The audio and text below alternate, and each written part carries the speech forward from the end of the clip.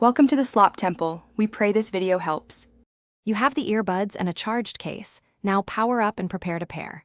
First, plug the case in until the LED shows a solid light and make sure each bud sits firmly in its cradle. Once done, enable Bluetooth on your phone or computer and keep the device within 1 to 3 meters. Open the case with the earbuds inside. Many JBL models broadcast a pairing signal automatically. If nothing appears, press the small pairing button on the case for 2-3 seconds to start discoverable mode. You should now see the JBL name in your Bluetooth list.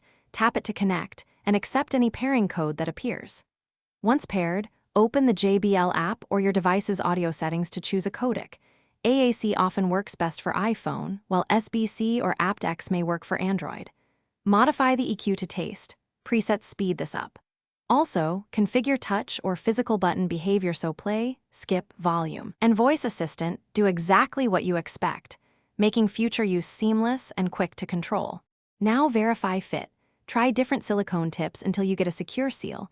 This changes bass and passive isolation.